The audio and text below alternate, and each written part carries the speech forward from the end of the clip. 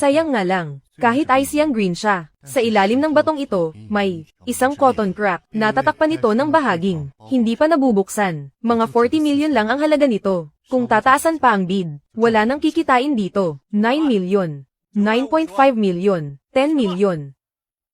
Sa may bintana, pantay ang pagkaberde. Dahan-daang kumakalat sa gilid. Pwedeng isugal para sa buong kulay. Top grade icy ang green para sa bracelet. 10 million, twice. 20 million.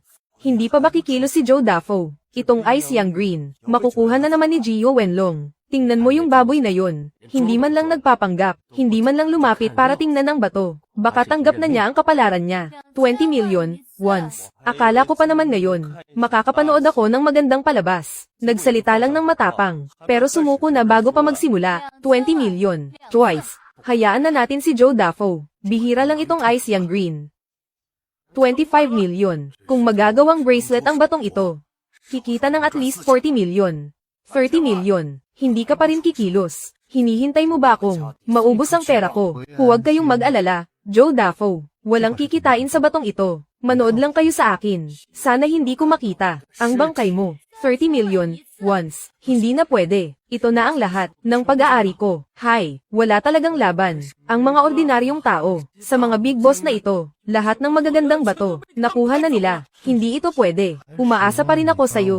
Naubusin ang pera niya. Jiuye, baka mamaya, sinasadya niyang manggulo. Ang mga bagay na gusto ko, Jiu Wenlong, walang pangit. At walang hindi ko nakukuha.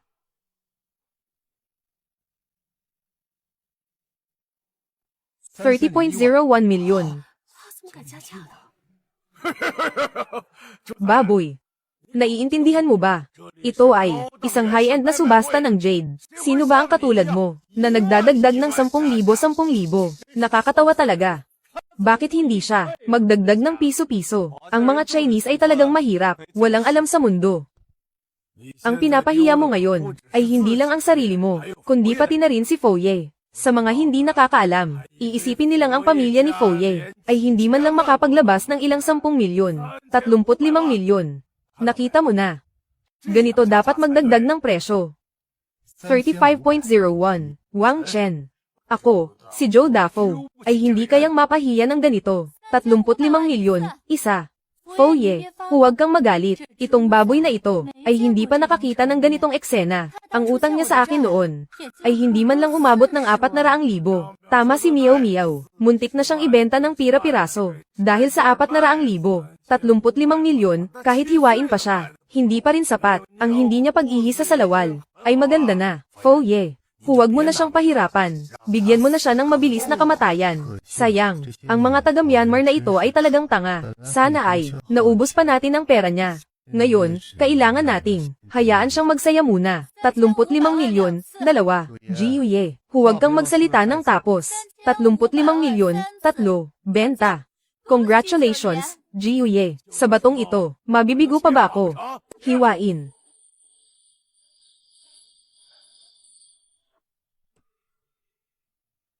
Ito ay top grade ice yang green. Nagkakahalaga ng 40 milyon.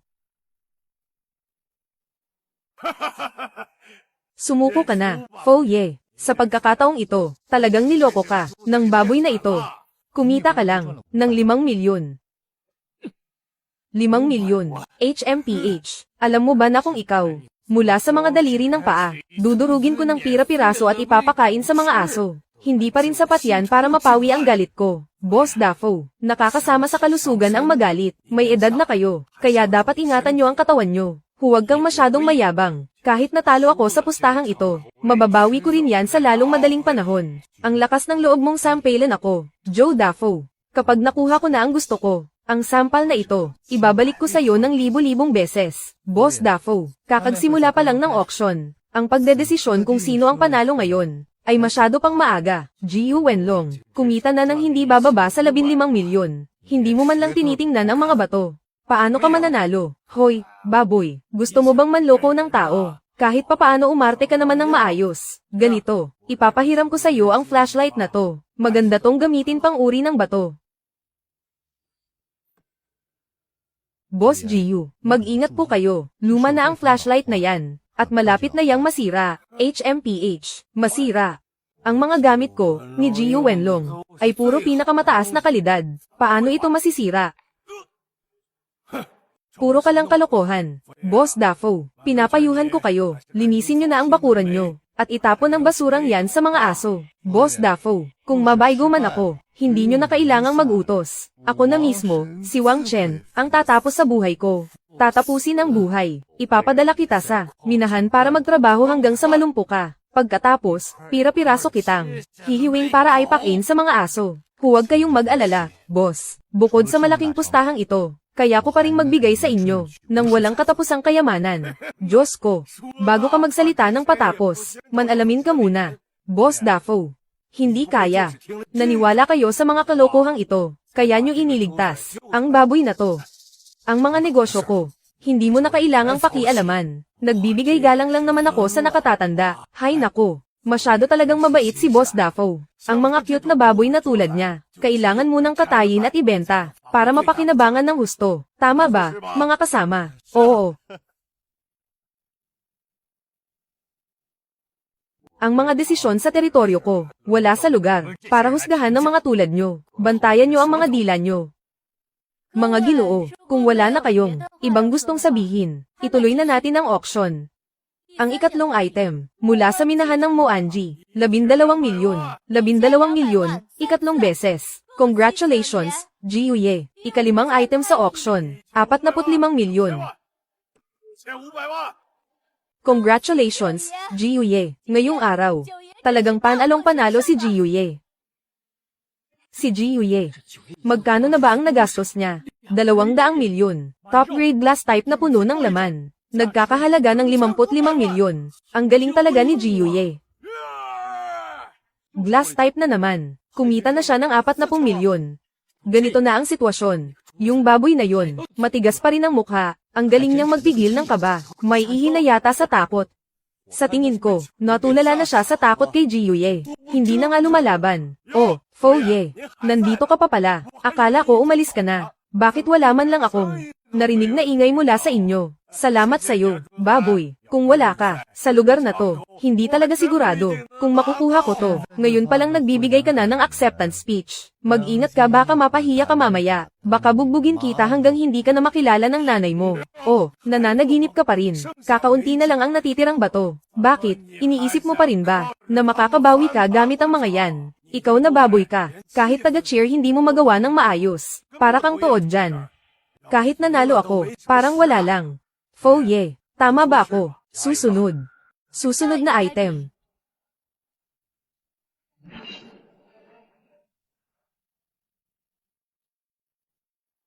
Mashisha Old Beat.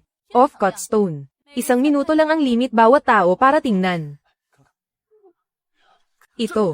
Itong bato na to, sa unang tingin pa lang wala nang kwenta. Ate Miyaw Miyaw, bakit kayo nagbebenta ng ganitong basura? Starting price, 100,000. Ang reputasyon ko, si Joe Dafo, baka masira lang ngayong araw. 120,000, 500,000, 500,000. Foye, pakinggan mo nga, itong baboy na to na appraiser mo, gagastos ng 500,000 para bilhin itong basurang walang kwenta. Ang galing mo talaga, bata, sayang nga lang. Ako, si Jiuye, may utak, hindi ako makikipaglaro sa'yo. 500,000, unang beses, ikalawang beses, ikatlong beses. Teka lang.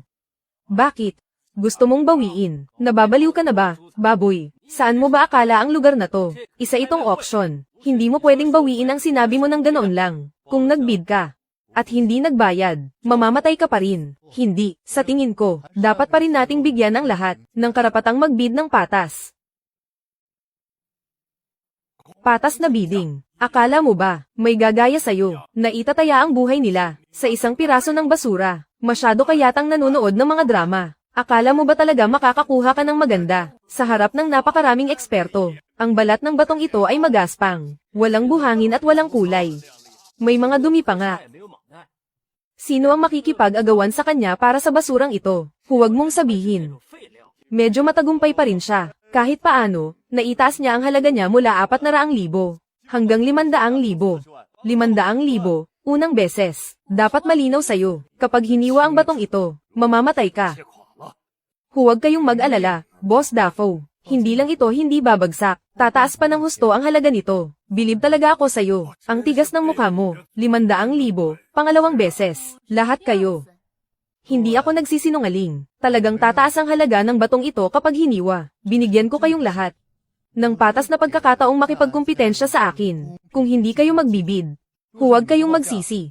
500,000. Pangatlong beses. Magsisi. Magsisisi na hindi gumastos ng 500,000 para bumili ng basura. Nakakatawa. Boss Dafo, sa puntong ito, talagang napapaisip ako. May sira ba sa ulo? Ang appraiser mong baboy, Wang Chen. Kung walang laman ang batong ito, mamamatay ka rito mismo. Wala nang susunod na pagkakataon. Sold. Congratulations, Boss Dafo. Una, nagtapon ka ng 400,000 para iligtas ang isang appraiser na baboy. Tapos gumastos ka pa ng 500,000 para bumili ng basura. Boss Dafo. Baka naman, minalas ka lang. Gusto mo bang irekomenda kita ng magtataboy ng malas? Hiwain mo ang bato para sa akin.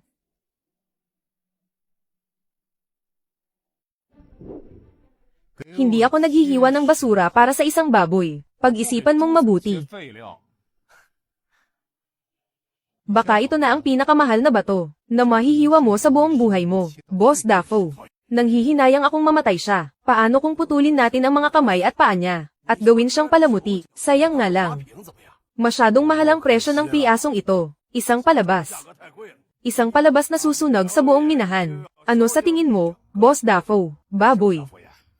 Hindi na kailangang hiwain ang bato mo. 20 taon na akong naghihiwa sa industriyang ito. Wala akong nakitang ganyan. Sa unang tingin pa lang, basura na yang hawak mo. Huwag na nating sayangin ang oras ng lahat. Malinaw na wala kang mata para rito. Kaya pala sa dami ng taon, hanggang tagahiwa ka lang ng bato. Kilala ko kayong mga taga-waksya. Mahilig kayong magyabang. Nagkukunwaring kayo ang pinakamagaling sa buong mundo. Pero sa totoo lang, puro kayo panloloko. Hindi nyo man lang alam kung paano kayo mamamatay. Linisin mo nga yung bibig mo. Bakit? Napaikon ka ba? Hindi ba totoo ang sinabi niya? Hindi ba't puro ka lang salita? Hindi mo man lang tiningnan ang bato. Tapos akala mo kung sino kang magaling. Sinasabi mong niloko kita. Niloko kita. Paano kita niloko? Kusang loob kang pumusta. Sino ang sisisihin mo? Sarili mo lang ang dapat mong sisihin. Ipapakita ko sa inyong lahat na hindi lang puro yabang ang mga taga-waksya. Gusto kong lahat ng nanloko sa akin, tumawa sa akin, at gumamit sa akin, ay lumuhad at humingi ng tawad. Talagang veterano ka nga. Pero hindi sa paghihiwa ng bato, kundi sa pagnanakaw ng materyales.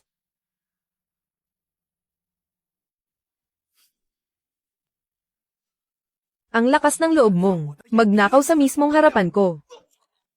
Jiuye. Ito ang mangyayari sa mga umiinsulto sa akin. Paano niya nalaman na may materyales sa bulsa ng taong yun?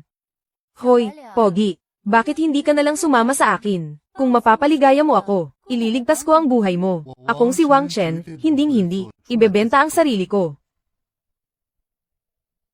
Kung ikaw ang sasama sa akin, baka pag-isipan ko pa. Managinip ka ng gising. Binibigyan na nga ng pabor, ayaw pa. Sa bigat na to, siguradong top grade ito. Miyaw miyaw, bakit mo ba nagustuhan yan? Ang hina niya, ni hindi man lang mabuhat yung bato. Syempre. Sino ba ang makakatalo kay Jiuye? Sino ba ang minamaliit mo? Baboy. Marunong ka bang maghiwa ng bato? Baka hindi mo pa nagagawa yan kahit kailan. Iumpog mo na lang ang ulo mo sa batong yan at mamatay ka na. Para mas mabilis ang kamatayan mo. Baboy. Tama na ang drama. Kahit durugin mo pa yung bato. Walang lalabas dyan. Mga Ginoo, bakit ba ninyo ako pinipilit? Paano kung may lumabas na top grade dito? Saan nyo ilalagay ang mga mukha nyo? Bakit hindi pa tapos ang palabas na to? Pagod na akong manood. Hiwain mo na. Pagkatapos mong hiwain, tanggapin mo na ang kapalaran mo. Kung mananalo ako ngayon. Sana tandaan ninyong lahat. Ako si Wang Chen, isang taga-waksya, at hindi isang mayabang na baboy.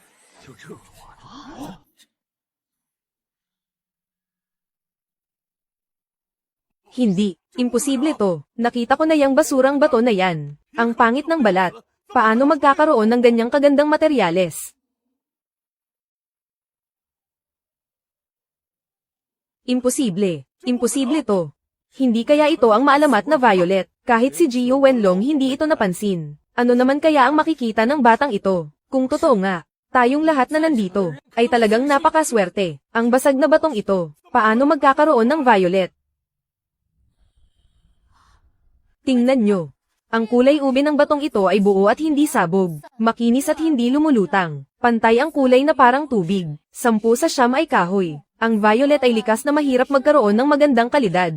Kung aabot sa semi-transparent, maituturing na itong top grade. Tulad nito na tagos ang ilaw. Puro at walang halo na glass type violet. Sa buong mundo ng jade, ito ang una sa loob ng 20 taon. Violet.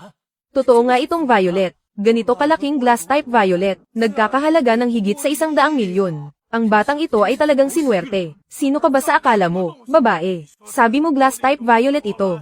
Iyon na ba iyon? Kung hindi kayo naniniwala sa akin, pwede kayong magpatawag ng iba para suriin ito. Pero kaya kung ipusta ang reputasyon ng aking parke, ang pirasong ito ay isang pambihirang glass type violet. Boss, congratulations! Ang halaga ng violet na ito ay higit pa sa kabuuan ng lahat ng batong nabuksan kanina. Ang babaeng ito, ang bilis magbago ng mukha kapag may pakinabang. Diyos ko, isang bato lang, natalo na si Jiyuye. Tinalo ang lahat ng batong nabuksan kanina. Hindi kaya itong batang ito kanina pa. Nagkukunwaring tanga para makapanlamang. Wang Chen, hindi talaga ako nagkamali sa'yo. Paano nangyari ito, Jiyuye? Tanggapin mo ang pagkatalo, Jiyu Wenlong. Ibigay mo na sa akin ang lugar mo. May kakayahan pero hindi mayabang. Matapang pero hindi mapagmataas. Pwede na rin ang itsura. Bakit hindi ko napansin noon na si Wang Chen ay may karisma rin pala? Wang Chen, gusto mo ba mamayang gabi, tayong dalawa lang, mag-usap? Ang babaeng ito ay may ibubuga talaga. Sayang nga lang, hindi ko siya pwedeng kalabanin. Miss Miao Miao, tingin ko dahil ikaw na ang dapat mag-anunsyo ng nanalo. Inaanunsyo ko, sa laban na ito, panalo si Wang Chen. Jiyu Wenlong, tanggapin mo ang pagkatalo. Ibigay mo na ang minahan. Ngayong araw na nakatagpo ni Jiyu Wenlong, ang batang ito ay talagang minalas. Glass type violet iyon ah. Kung alam ko lang, sana iyon ang pinili ko. Ako, ito, Jiyu Wenlong. Huwag mong sabihing babawiin mo ang sinabi mo. Jiyu Ye, walang mangyayari kung walang patakaran. Sa teritoryo ko, ang resulta ng sugal ay dapat panindigan. Kung ayaw mong isuko ang minahan, mga tauhan, ibibigay ko. Bata, isang basag na bato, nakuha mo ang violet, swerte mo lang talaga. Pero tandaan mo, marami akong minahan. Ang buhay mo, isa lang.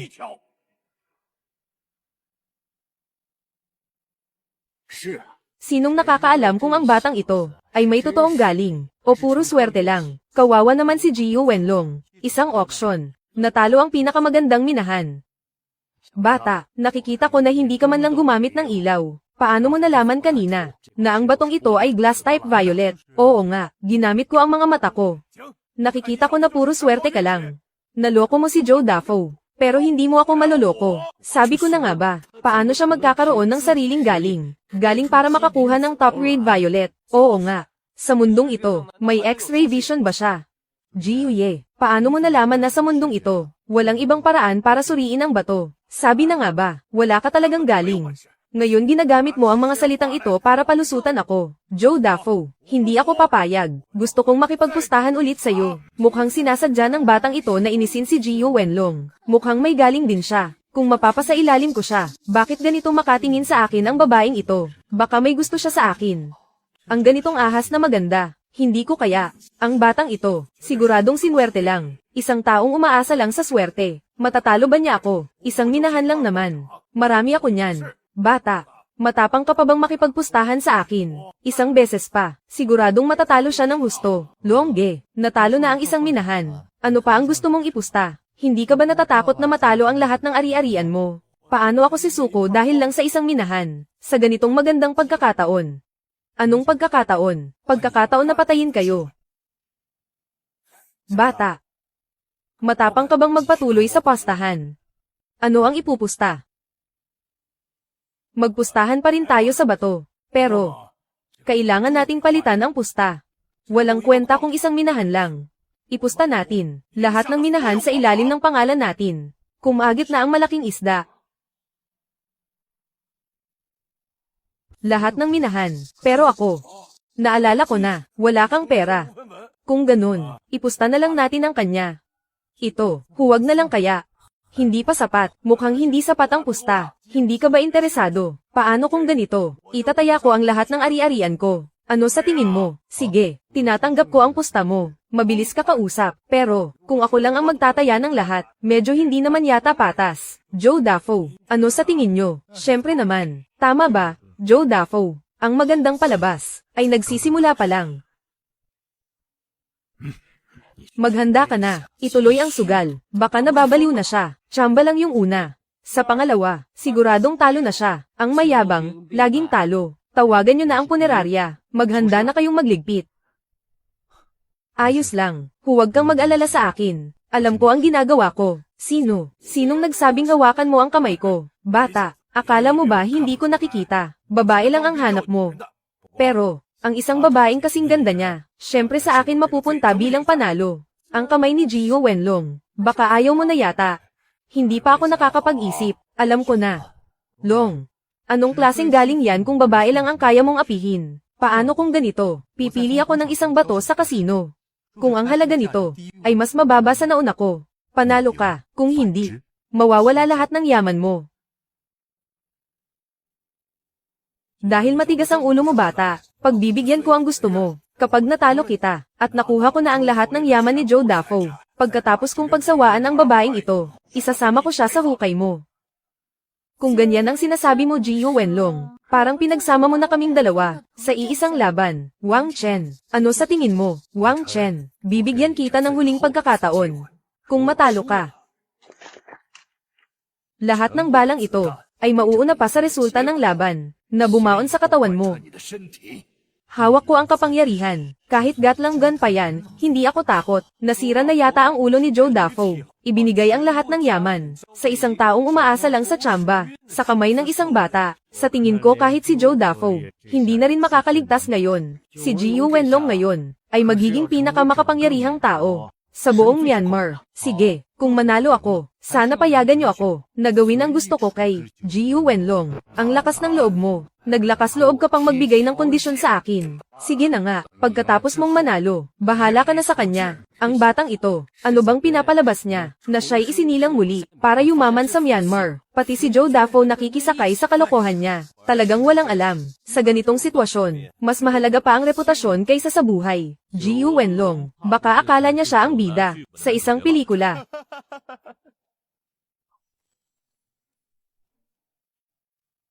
Yung mga bato doon, pwede rin sigurong gamitin.